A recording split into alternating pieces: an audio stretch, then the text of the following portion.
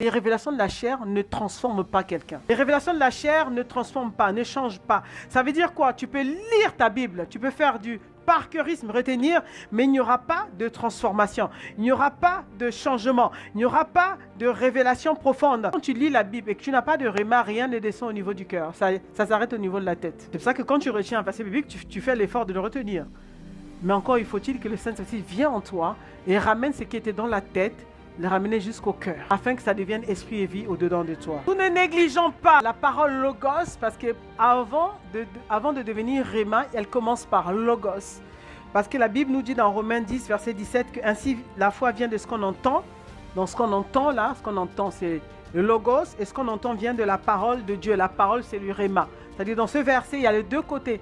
Il y a au départ, tu as écouté la parole de Dieu. Ensuite, donc c'est logos, tu as lu la Bible, tu as écouté.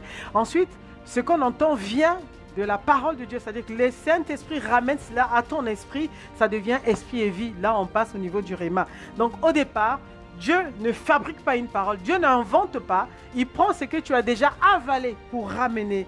Et lorsque cette parole vient comme un réma, alors, c'est à ce moment-là qu'on peut parler de transformation. Est-ce que je parle à quelqu'un ici?